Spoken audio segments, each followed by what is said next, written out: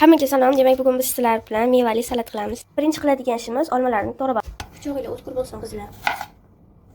Xuddi mana shu tarzda kubikcha qilib olamiz.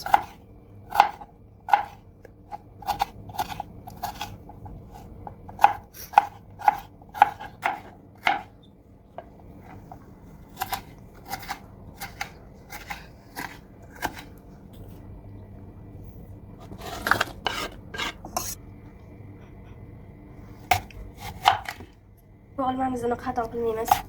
Mana shu qaqib to'g'raydi aslida.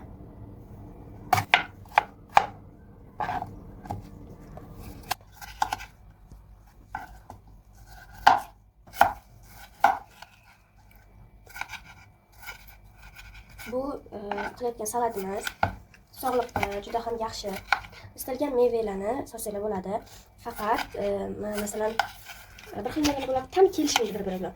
Shunaqa mevalarni solmanglar.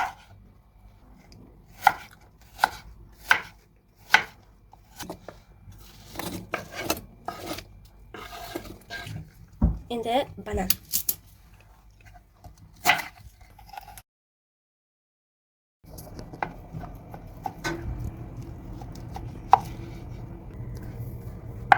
Bananimizni kichkina qilib to'g'rab olamiz.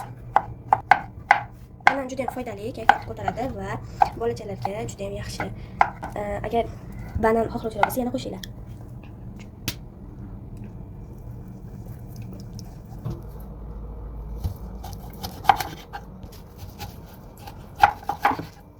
Pichog'imizni tez-tez yuvib, chayib tursak, mana shunaqa narsalarni archishga yaxshi.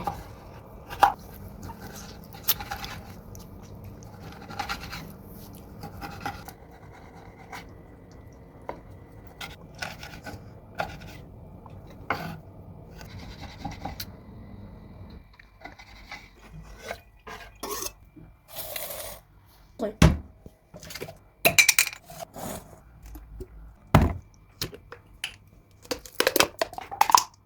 Buni ozgina qo'shamiz. Bu malinaligi. Aytganimdek, hammasiga mevasini qo'shsa bo'ladi. Shuning uchun muzlatilgan malina bor edi, o'shandan ham qo'shib yubordim. Limonoviy sutdan ham qo'shib yuboramiz.